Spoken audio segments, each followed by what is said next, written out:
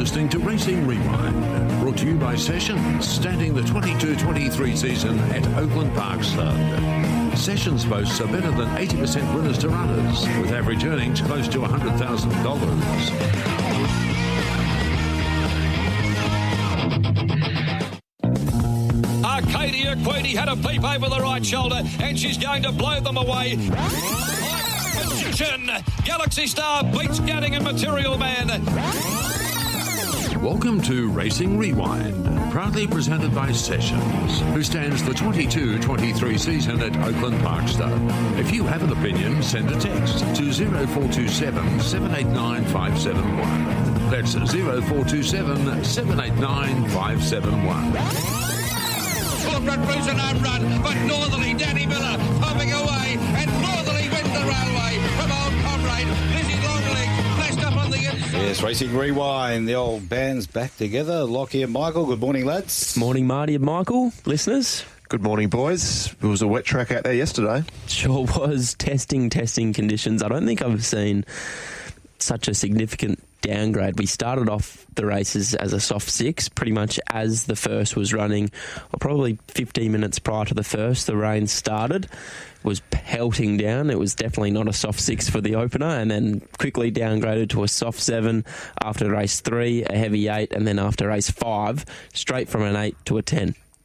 Last 4 races, a heavy 10. It was just remarkable the way the track was getting downgraded. I knew I was in a world of hurt. In the yesterday morning's preview, I was forgiving of horses like Flower in the Wind and Go Forward, who didn't perform on those heavy tracks. Getting his excuses in. We were on a soft six, and oh wow, when that rain came, it came thick and fast, and I thought, today's going to be tough. I thought it ends up worse than the previous. I thought at one stage between races 5, 6, 7 that we might not get through the last few races. Really? There are a few people at the stalls are asking if we'd be getting through. Which where we may be in trouble is on Wednesday, because looking at the forecast, 25 to 35 mil Tuesday, 10 to 15 on the day on Wednesday. And when the rain comes on the day like it did yesterday, and they really get into the track, that's when it's going to be pretty tricky. And I guess if they had the rail out and with a cutaway, what was the rail in yesterday at 3, there's still going to be a fair bit of chop in the ground wherever. Exactly right. And I think from a track perspective and the way it played, throughout the day we saw horses more willing and able to get off the fence as the day progressed. I think in the Newmarket, you look at what barriers the first 4 had drawn. I think it was 8, 9, 7 and 10, and then the horses drawn low were finishing well back. So I think that was just evidence of the fact that the inside was chopping out. And exactly right, River Rubicon drew the river in the outside and in the last, and that was the place to be. Yeah, in my review, I saw a massive switch about halfway through the day. So the first 5 races, 9 of the 15 place getters settled on the rail, and that last 4, which was exactly when it went to a heavy 10, it was the opposite, though. Horses that were getting really bogged down. I think there was essentially fast lanes down the middle part of the track as well.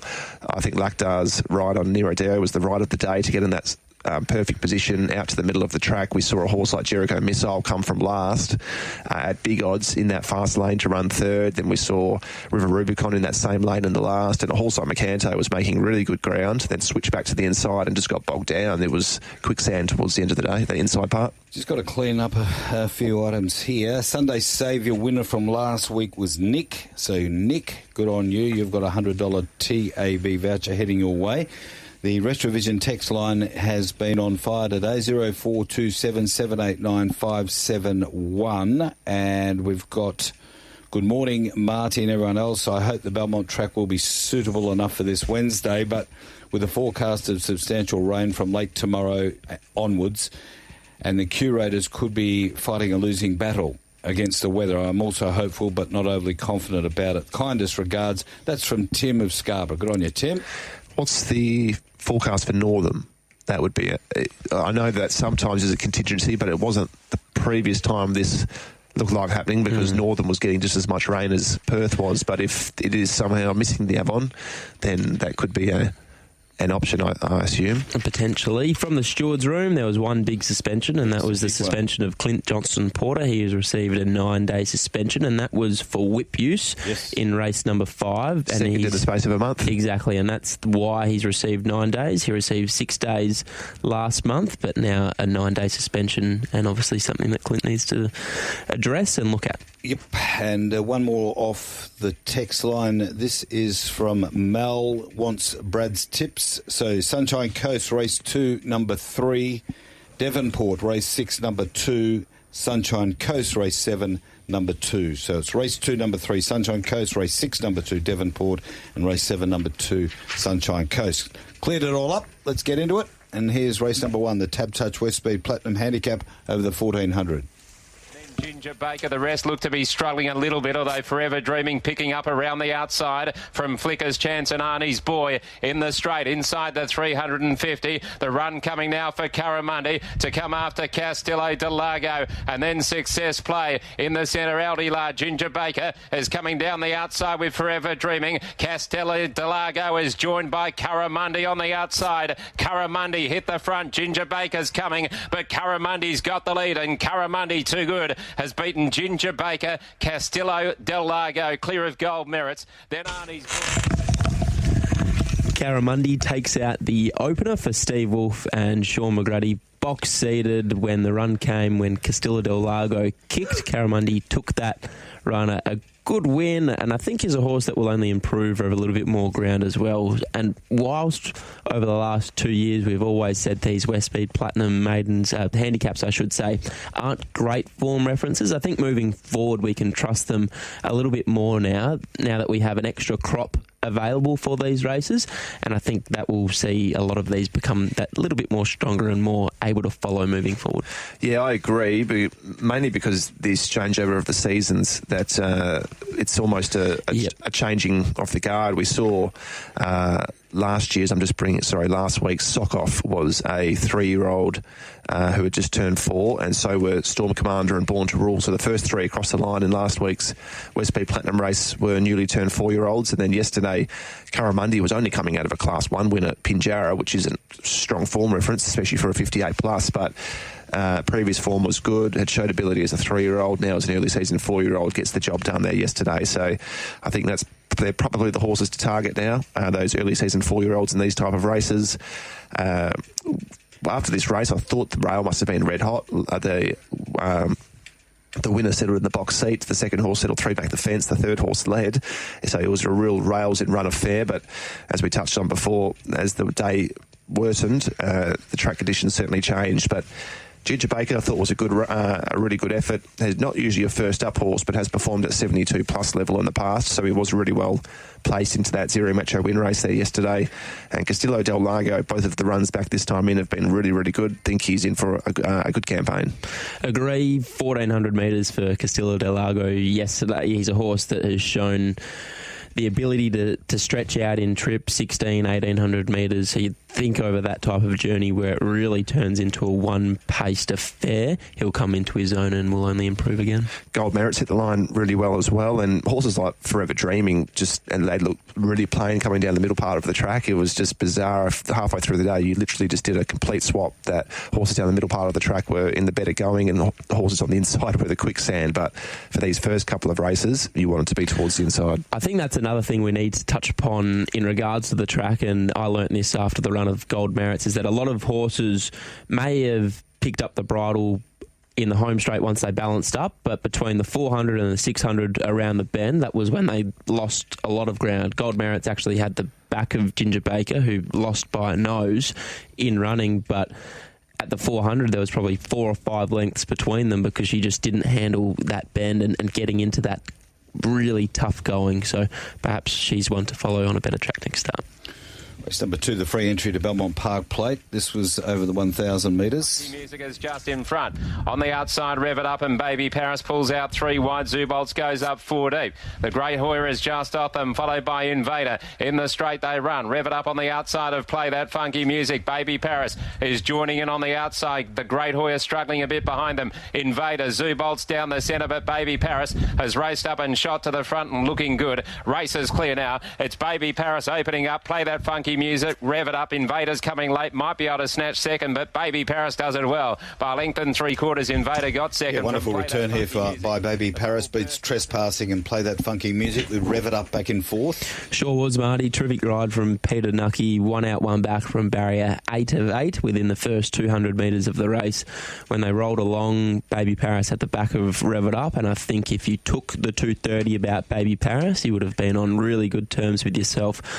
We've seen how much ability this filly has last preparation. She looked like she had the Karrakatta Plate 1 until she just bumped into an absolute freak in Amelia's Jewel. So very, very excited to see Baby Paris progress and go through these grades over the next few months. For mine, I think she's an out-and-out Placid Arc horse. I think maybe she has 1, 2 more starts this prep, just try bank as much West Speed as possible and then set her for a Placid Arc 1,200 metres at Ascot, $500,000 first or second up. I think that race is right up her alley. Yeah, I think she'll keep winning. Now these races are really good for these type of horses, set weights plus penalties. We've seen horses like Rev It Up pretty much every year. There are horses that they win 5 of these races just because the handicap. They don't get penalised. Yeah, they don't really get the penalties that they probably should in some respects. So I wouldn't be surprised to see her clean sweep a few races this time in and have a break, come back for the Ascot Carnival, and I think she'll be a serious player there as well. Great to see Gary Bowen, the Goldfielder, who bred this horse. Unfortunately, the mare died as Baby Paris was being born, first foal out of the mare, but she's certainly left a good one, and that's about 80 odd grand. Jumps in the kicker with the West Speed Platinum win. That's really good to see. Trespassing, I think, is a really nice horse. We saw him thrown in the deep end on debut going back earlier in the year. He ran 2 lengths off the winner in the Perth Stakes. Left the building, was in that race. I think Costa's Crown, Street Parade, all the King's Men. It was a good race. And then yesterday, over 1,000 metres, I thought he finished off really well. Still a colt by the looks as well.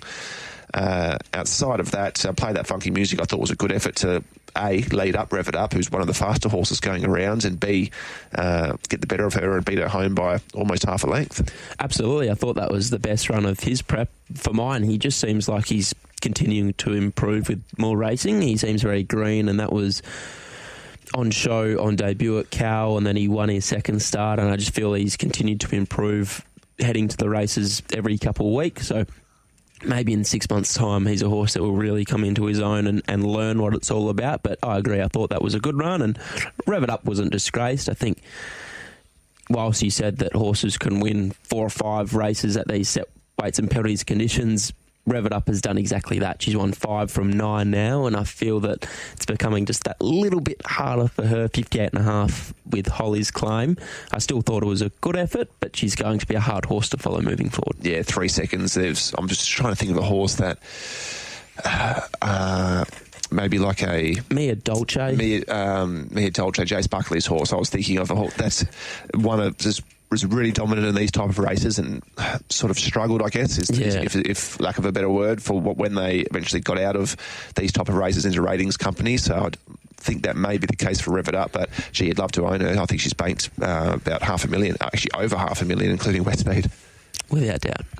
Okay, we move on to race number 3, the Amelia Park Handicap. This is over the 1,000 metres. They're struggling in the going at the moment, and then all-day session around the corner. So Gemma's Son has raced up to Long Beach. Comes a Time still coming on. Down the outside, and then Spirited Session. Inside the 250, Gemma's Son with Comes a Time coming hard on the outside. The inside is Long Beach. It's Comes a Time quickly racing up to Gemma's Son. Heading the front, Spirited Session is going to flash late. Comes a Time, though, has got the lead. It's been a big drifter. It's going to hang on, I think. Spirited Session dive. Comes a Time. I think I know Spirited Session. Gemma's Son all day session. Just missing out there, Spirited Session behind Comes a Time. But Comes a Time, interesting paddock report from your good self there, Loch. You thought may have needed the run, so more wins in store? Yes. Michael Grantham thought that as well. Gentle little clip just to kick off proceedings. Yeah, Michael Grantham thought that as well. So you should use your own eyes. It was just what trainers tell you. No, I'm just backing up what I thought. It was just every now and then. It was just Jimmy used to hit you with a whip along as a kid. The toughness of Comes a Time that got the job done. Just imagine it next start, Marty. Be bolting in by 5 lengths. In fairness, I can back that up because I was out there yesterday for the races WA and we interviewed Michael before this race and sounded like there was good improvement left in him, but his trial was enormous. It was one of the better trials. He's come back super clearly. Yeah, from the over the past month, and it sounds like he's on a Hannon's handicap campaign, so he wasn't. Whilst Michael certainly thought he could win yesterday because he's a pretty talented horse, there's a lot of improvement to come, and you think with the Hannons still being, it's usually the last Thursday in September. About 6 weeks away. So probably, about 6 weeks away, that he'll probably head into a Hannons, I'd say third up, potentially fourth up, probably third up.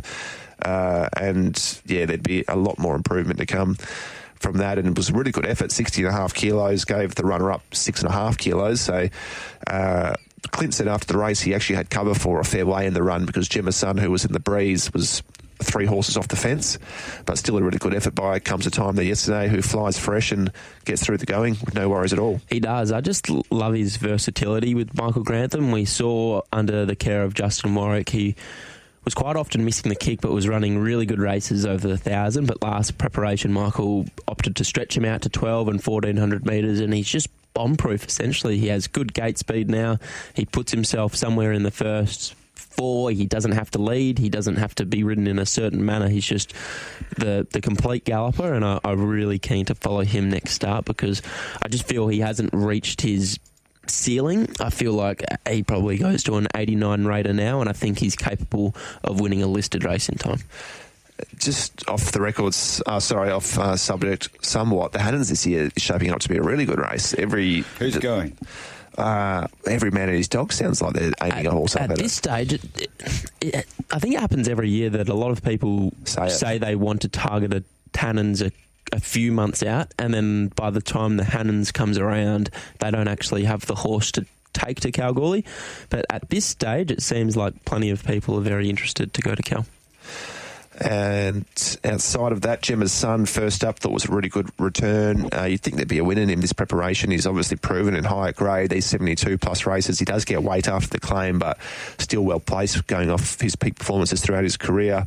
Liked the effort of all-day session. Back in the field was, I think he's had a couple of runs over 1,400 now, so always tricky to drop back all the way to 1,000 metres of only a fortnight between runs, but charged through the line. His record suggests he's a 1,000-metre horse, but Ash Maley's always been adamant that he's a 1,400-metre horse, so it's a difficult one to dissect. I think probably if you split the middle 1,200 metres, and his run yesterday would probably suggest that, the way he got home looking for a little bit further.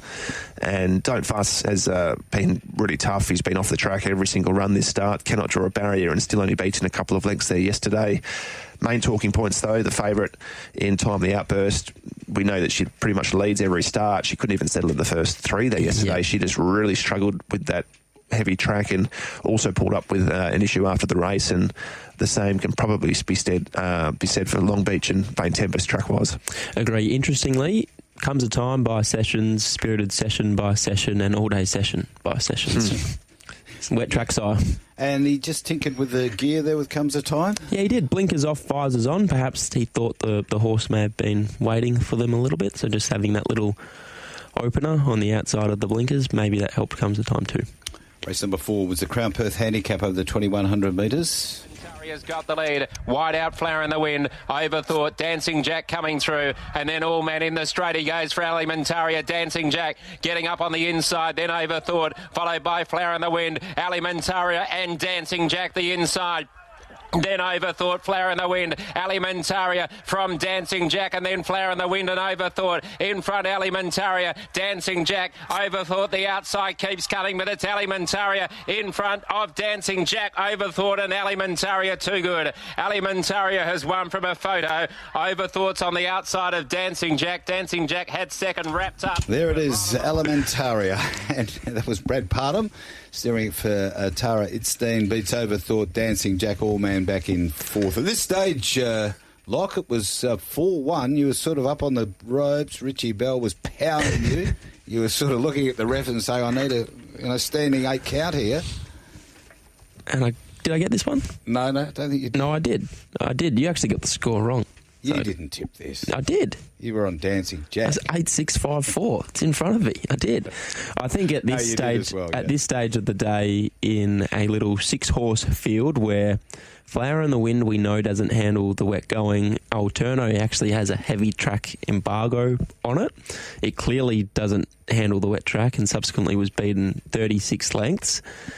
And then others had questionable form on wet going, and Alimentaria was the horse that we knew absolutely loved it. Found the front, Brad Parnham controlled the speed, and from there was always going to be awfully hard to run down. The funny one with Flower in the Wind, if you watch Flower in the Wind in the run, it actually travelled didn't it? Really well, and it was only until the top of the lane when it had to extend and it started to lose its action a bit. And you hear jockeys say that in track work or after race day as well a lot, that I know Brad Rawillas said that to me before. Some horses in track work, they gallop through the wet going and they're on the bridle and they just feel like they just power through it. Then they get to race day and you put them under pressure and they just flounder. They can't go with it at all. And they absolutely crawled in this race. It was a pretty boring affair. Alimentaria looked the winner a long way out, and I think that just allowed Flower in the Wind just to travel that extra bit stronger and loomed like the winner turning for home. I thought it was just going to go straight past them, but clearly doesn't get through the going, hit about the 250 and was just all over the stop and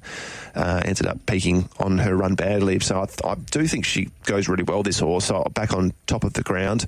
I don't know if it'll be any time soon. She'll probably have to go for a break now. She's had a few runs in and these wet tracks don't look like going away, but I think you can be forgiving of these last couple of efforts, and I wouldn't be surprised to see her come back a pretty nice horse in the summer. I agree. I think other than that, Alimentaria, credit where credit's due, a really good, tough, and now 8-year-old mare that clearly loves getting her toe into the ground. I think the horse that I'm most keen to follow out of the race is Flower in the Wind, just on the basis that she's lightly raced. That was her 11th career start, and as you said, in 3-4 months' time, perhaps back at Ascot, we'll see her put 2 or 3 wins in a line. On to race number 5. This was the Devil's Lair handicap over the 1,600 metres. Storm, Speedy Miss and Classic Rogue. Into the straight they run. Big Screen in heavy conditions is clear. Giving chase, Inflation, no change. On the outside, Vital Flirt has had to make a very long run. Big Screen has got the lead from Inflation. On the outside, no change. Keeps coming though. No change after Big Screen. Inflation and Vital Flirt is right down the outside. What a slogging go. Inflation, no change the centre. Vital Flirt the outside as well. Vital Flirt, no change come together. Vital Flirt has done it. Vital Flirt has got up. What a slogging go that was. Vital Flirt has beaten No Change, Inflation and Speedy Miss. Yes, there it is. Paul Harvey, David Harrison combining with Vital Flirt, beating No Change, Inflation, Speedy Miss. I think this is the race that CJP got his suspension on. He did. He's almost stiff in a way. I know rules are rules, but in that going, how testing it is, it's like... I almost think there needs to be some type of leniency for one when you're racing on tracks like that, because the jockeys are just trying to make sure the horses get through it and make sure it's safe. And then secondly, in those staying events, the Class 1, Class 3 staying events, the maidens, where they just need that extra encouragement, I almost think there needs to be some leniency. But as I said, rules are rules, and perhaps that can change at a later date. But Vital Flirt, she is an out-and-out wet tracker, perhaps the best wet tracker on yesterday's program behind Nero Dio. Travelled into the race well and then just grinded to the line. No Change was brave, Inflation was brave, but in the end, Vital Flirt was the strongest for longest. There'd be something wrong if she didn't like it. A Vital Equine out of a McFlirt mare. That is a recipe for... If she didn't swim, you're in trouble. Yes. What's, you'd probably know this, Marty, Reward for Effort. Is that a wet track, sire? Oh, you got me there. Yeah, I just thought the way No Change let down and travelled into the straight, and having a look at the record going into yesterday's race, it won 2 out of 7 on a heavy and just screamed at wet tracker, just the way he finished off over the late stages there. I thought it was a horse that really appreciated the going, but Vital Flirt, as we've touched on, a wet tracker, but I still thought it was a super win. It was actually last 3 wide off the track. It might have been the best part of the ground, but never had cover and still charged home to get the job done. Ran over the top of No Change. Inflation, I thought, was a gallant effort. Had to cart the rest of the field up. Big Screen, it was a funny race to dissect, wasn't it? Big Screen really got going, which it doesn't usually put a space on them by that margin, and considering a mile and the conditions of the day, it was a bit of a bizarre watch, would you say, Loch? I think so. I think you can be forgiving of big screen, and if you were on him, you're a little hard done by, because he found a really suitable speed map when That's Funny As came out. It looked like he was going to lead or be on speed anyway with relative ease, but when the rain continued to fall, this race was run under heavy 8 conditions. I think it was probably worse than that. Sean O'Donnell, after he won the last on Wednesday, actually said to Scott Embry that he's not sure about big screen in rain affected going. Whilst he ran third last start on a heavy 9 behind Ginger Fly, he just doesn't feel like he has that same effectiveness. And he's by sessions when he gets his toe into the ground. So yeah, there's an exception to every rule, and perhaps big screen is that. Maybe just wait for him back on top of the ground where he can really roll along and then give a kick. Out of the former Karrakatta Plate winner motion pictures, I didn't know that until just then. Yeah, that's an interesting point there then in regards to the track. I think Paul Harvey said after this win in his post-race interview that it was the heaviest track he can remember. That says something. At that stage, it was a heavy 8. How long's Pont been riding for? Exactly. I think the words were something along the lines of the heaviest track he can remember for a very long time. Yeah. So I think that's why they probably skipped a 9 and went straight to a 10 for the next race. And it could have been even worse if... Can you go higher than a 10? I think that's the max, isn't it? No, go home. That's it. That's it? That's it. All right. 28 minutes away from 9 o'clock. Heat, the Sunday Save is coming in. There's a million of them in there at the moment. 0427 789 571. If you've got a question for Lochie, Michael or myself, that's the number. Give us a text on 0427 789 571 for Retrovision. You are listening to Racing Rewind, brought to you by Sessions, standing the 22-23 season at Oakland Park Stud. Breeders of demerit consider Sessions, who is also a son of the highly successful Longo.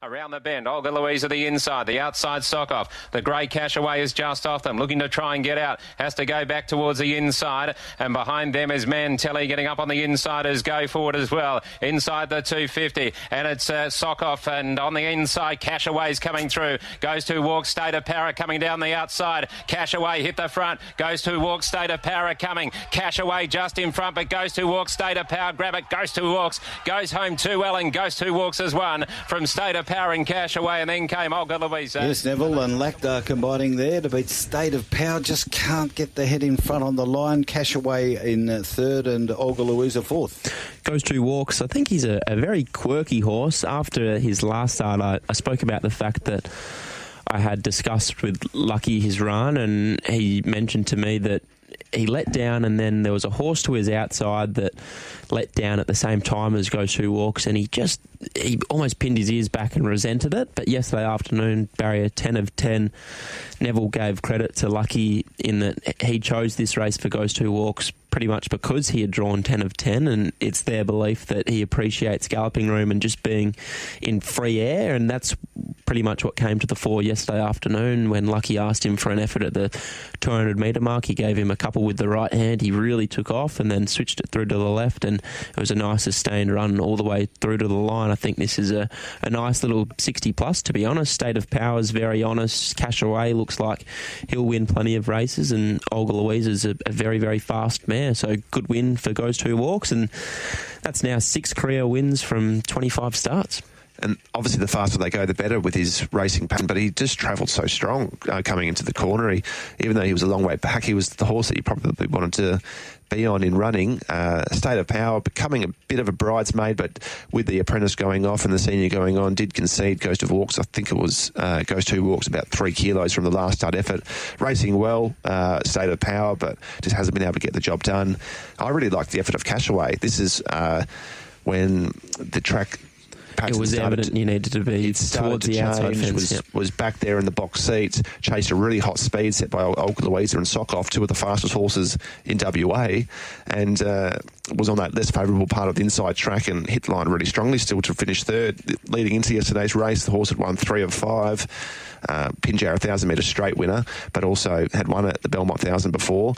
big rise in grade there yesterday. I think this horse really has a future. The blinkers appear to have straightened him up somewhat, so I'll make him a follow of mine. And Olga Louisa set a good tempo, stuck on really well to about the 150 and beat their Breeze horse home by 6 lengths, so that mare's going particularly well at the moment as well. She is, but I think we need to perhaps not stop falling into the trap of Olga Louisa, but just understand that she's always going to be a little bit vulnerable late. I know even myself personally, I keep thinking, this will probably be Olga Louisa's day. It looks like she finds the front. The reins She always finds the front. Exactly. Just needs a little less pressure. And then she always seems to be vulnerable late, so perhaps she deserves to start at a longer price. But other than that, I think the talking points, as you've touched upon, are the first 3 across the line, and Sokoff was the disappointment out of the race, having to settle outside of Olga Louisa. And Go Forward was a big drifter as well when this race, when it got downgraded to a heavy 8, he was in trouble. Heavy 10, he was in more trouble, and he ran last, beaten 11 lengths, so he's obviously better than that. The market fluctuations throughout the back half of yesterday's meeting were wild. We saw a horse like Flower on the Wind. I think she was 250 as Steve Parnham was legged aboard. 5 minutes later, when the gates opened, she was something like 650. So the market definitely were focusing in on horses that either did or didn't handle those conditions. Race number 7, the happy 50th birthday Danny Kane handicap. It was over the 1,400 metres. Cobb comes back on Buster Bush on the turn, and here comes Multinational letting loose with a really good run though, and swept up to Buster Bash. Corn Cob the inside, then Brooklyn Pier. So Buster Bash, Corn Cob comes back, Multinational just a bit green there, and then came Brooklyn Pier trying to come through. Buster Bash has got the lead. Multinational's coming on the outside. Buster Bash and Multinational stride for stride. Buster Bash in front. Multinational's going to dive. Multinational gets to Buster Bash. It has won. Multinational beat home Buster Bash, photo third on the inside. Strength, he's been racing very well. Multinational, Brad Parnham and Neville combining beats Buster Bash, So War and Brooklyn Pier. Happy man after this one, Marty? Yeah, a little 7.2 jumped in.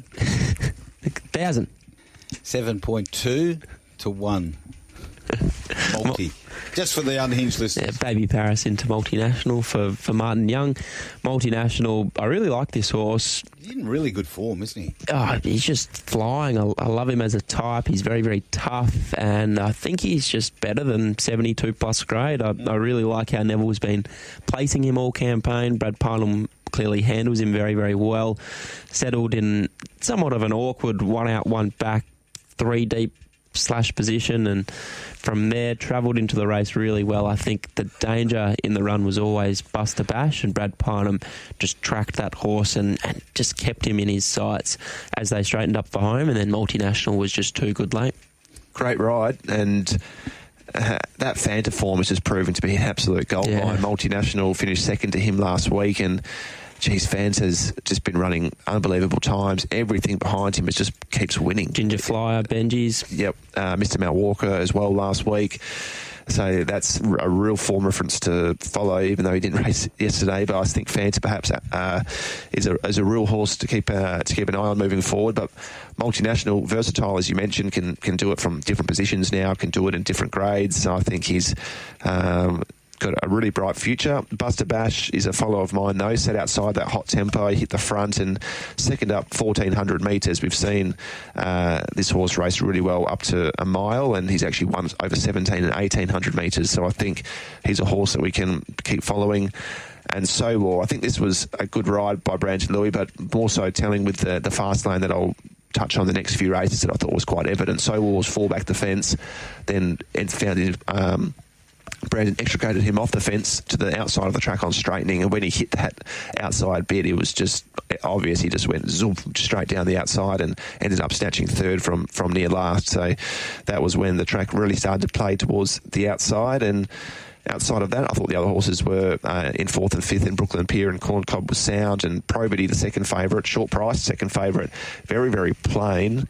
Bit surprising. He has won on a heavy track, on a heavy 9 his previous start, so I don't think it was the track conditions. I think something just may have been amiss there. A post-race vet exam revealed that Probity returned with an elevated heart rate, so that could be a sign that he was in a little bit of pain, but yeah, I'm sure we'll find out more in the coming days. And one point with Probity as well, he's always been a fresh horse. He's got a dynamite first up record. He's won 3 races, 2 first up, 1 second up. His first up record reads 4 starts for 2 wins, 2 placings, and then his other win has come second up. So he's not the first time he's been disappointing third up. Smart piece of training here from Neville. Almost brilliant that he took the winkers off this horse for this campaign. And have a look what it's happened. 3 wins, 3 seconds from 6 starts. Because I thought his last 2 of the previous campaign were a bit disappointing. I know one was in the Fair Ether, beaten 5, but before that beaten 10. So he's obviously given it a bit of a spell and tinkered with the gear and got the result. And must have had an opinion of the horse from the outset to be putting him in those type of races. Exactly. Main event of the day was the Furphy Belmont Newmarket over the 1200. Very deep, and last of all is Florida's A turn. Great again. Nero Dio, Hot Zed travelled up well. Out wide, Western Temple's joining him with a good run. Resort Man still about 3 off them, trying to come through nearer the inside. Inside the 250. Great again. In front, here's Hot Zed. Nero Dio, Western Temple closing it as well. Nero Dio's hit the front though from Great again and drawn clear. It's Nero Dio from Great again, and then Western Temple and Jericho Missile, but Nero Dio does it again, and Lactar sends it home. Nero Dio has won from Great again, and third home, Jericho Missile from Western Temple. Nero Dio gets the job done in the Belmont Newmarket for Lactar Amoli and Steph Bakranich.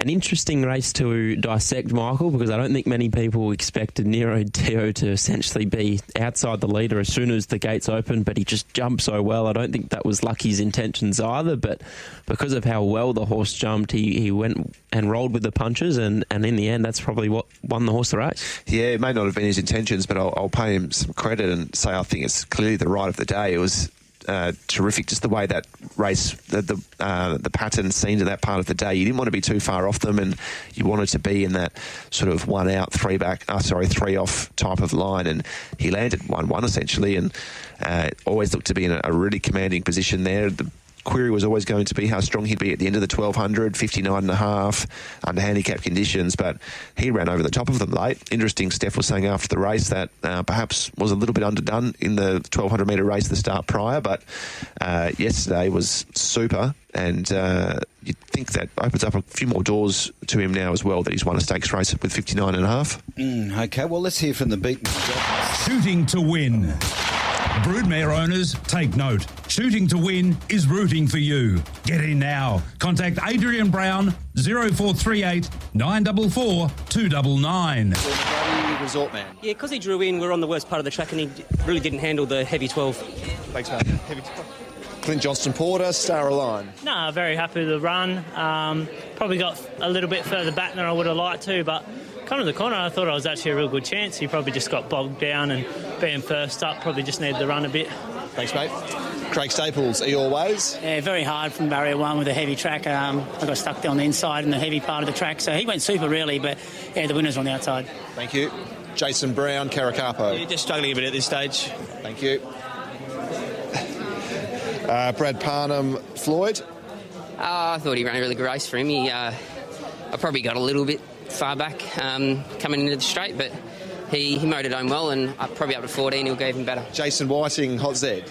Yeah, no, he travelled into it nice enough while the bit was still in his mouth and that, but as soon as I sort of put him under pressure, I think the heavy track found him out. Thanks, mate. Joey as a party, great again. Yeah, he keeps improving with every run. Good effort, and hopefully be better again in the next one. Sean O'Donnell, Jericho Missile. Yeah, it went terrific, didn't he? He rallied late, get in the corner, he was like, old horse, he said, I've had enough of this, so I had to urge him a bit, but credit to him, he rallied to run third, so good for connections and me. Thank you. There it is, beaten jockeys from the Furphy Newmarket. What did you make of all that, Michael?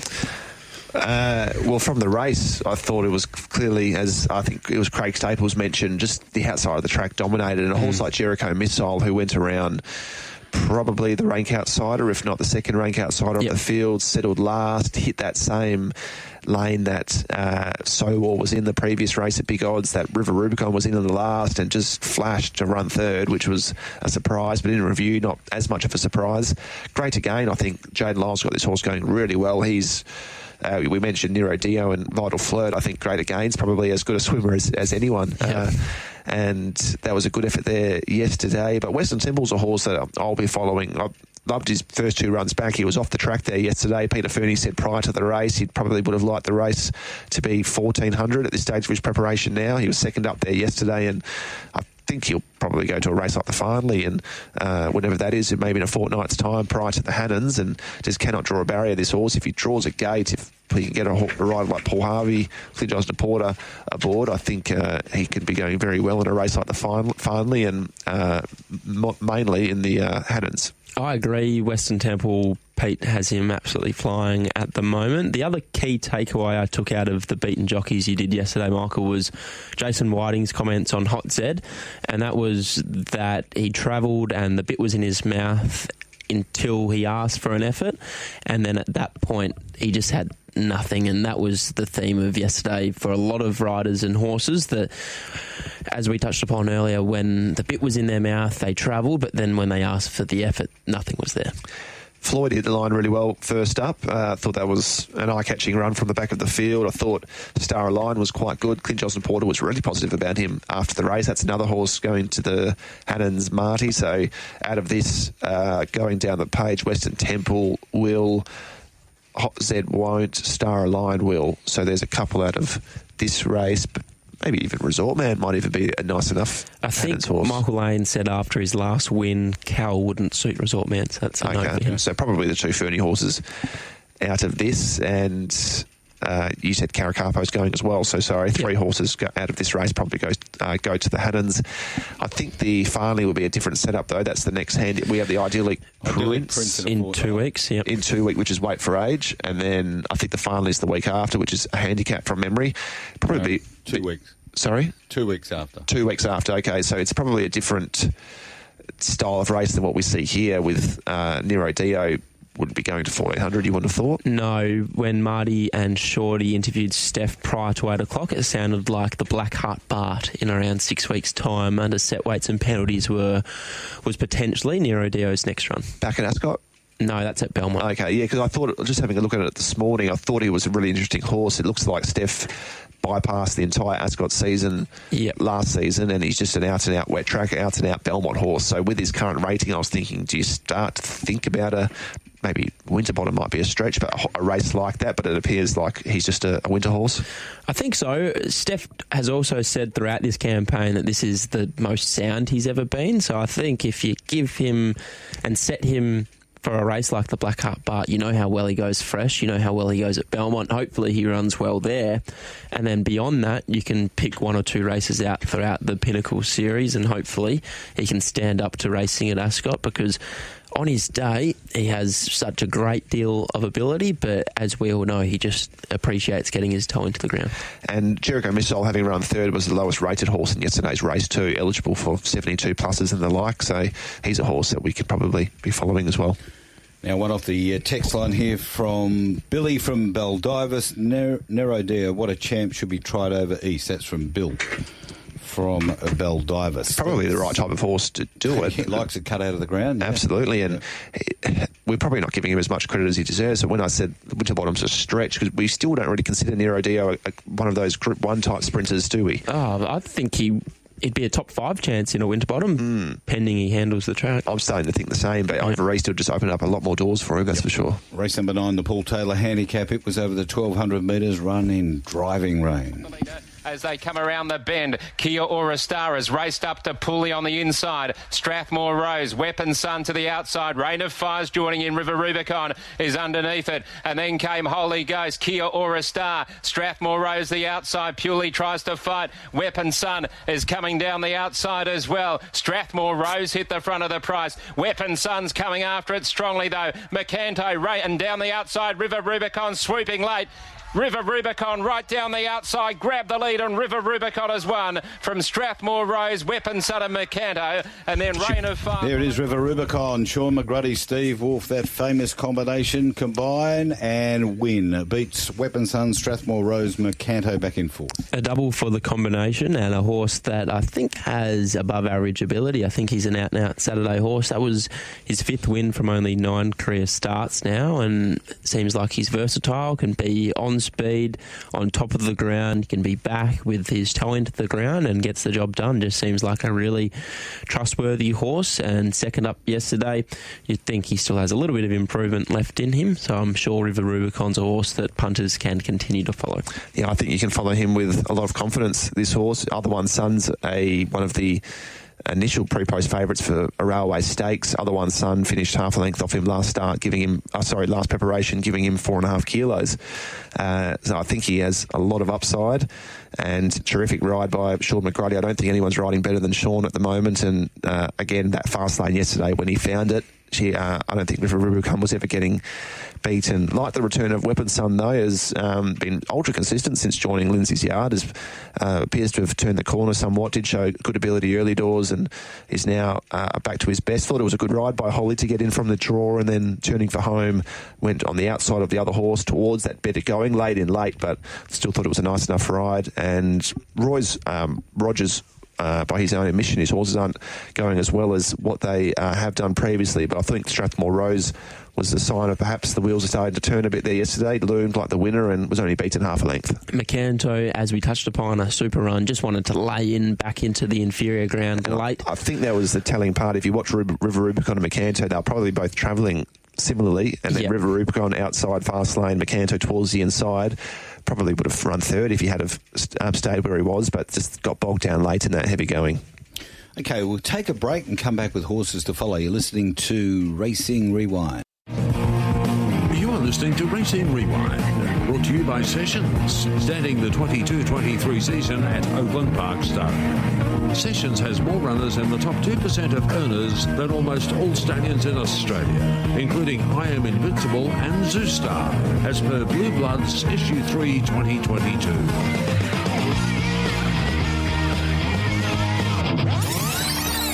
On Racing Rewind, it is time for the boys to look back and determine who are the black bookers, the ones to be on next start, the horses to follow. Come on, Michael, hit us up with a couple. Cashaway, I think, is a really progressive horse that we can be following. Buster Bash, better suited up in distance. Really good second up run there yesterday. And Western Temple, I think, will be a nice family horse in 3 weeks' time. Agree with your comments in regards to Buster Bash. He'll be one of my horses to follow as well. And I'm continuing to follow Macanto, really liking how he's going. Just going to grab one of yours, Ginger Baker, 3 for 19. Sort of not one of mine normally, but it's not too bad. Not too bad, and I've been impressed with the 2 runs this campaign. It was a pretty good effort, and I thought Weapon Son, he was terrific in the last. If you go back, first up yesterday, wasn't he? Go back and have a look at his wet track form. It's not very impressive. He's had 9 goes on the soft for 3 seconds. Who's that? Weapon Son. Yep. Yeah, good return yesterday. 3 seconds, and then. First go on the heavy, so it was a pretty good effort. What about Broome yesterday, lads? What caught your eye? Well, the feature of the day was Ombudsman winning the Broome Cup. Fantastic. For Simone Altieri and Darren Pateman. Is that Darren's first Broome Cup? I think it is. Yeah, he's the race that's eluded him for many a year. Yeah. That's a wonderful, and especially with an outsider like that, he's had a lot of favourites that have gone down from memory, and he would have been absolutely tickled pink with that. Absolutely, Simone just lifted the horse over the line in the concluding stage. She left in front a long way out, wasn't she? She just did a she really didn't die good wondering. Job. Yeah. Well, good on her. Rob Gilberti has been saying all week that he thought there wasn't much between Ulasaba and Blackwater Bay, and we had him on inside running again yesterday morning. Kira actually elected to ride Ulasaba, and I think it was the Kimberley Cup, the lead-up race leading into it. Did the switch yesterday.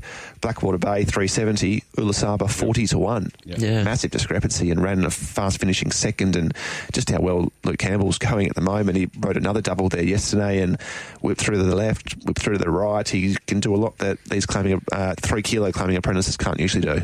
Correct. Stevie's Wonder ran third for Lisa Staples and Sean and Jake Casey, and I think this was probably a good result in the sense that Darren Pateman, Rob Gilberti and Sean and Jake were the 3 place getters in the feature for the season because they've been the dominant force all year.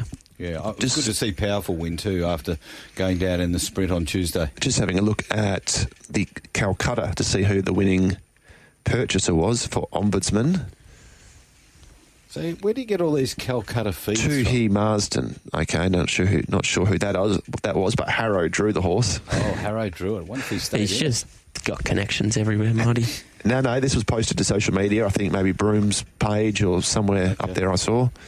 Harrow actually drew two of the horses in that, so he would have... Harrow's the sort of guy who may have stayed at him. He's that type of a player, Harrow. Media Baron was a really good run yesterday, 61, gave the rest of the field 7 kilos, and Loom, like the winner, I think he ran 4th or 5th, was a good effort. Bartley Lad, I thought, was a really good run as well, on top of the speed, and just really unlucky. Yeah, time for us to vacate the studio. Thanks for coming in, Michael and Locke.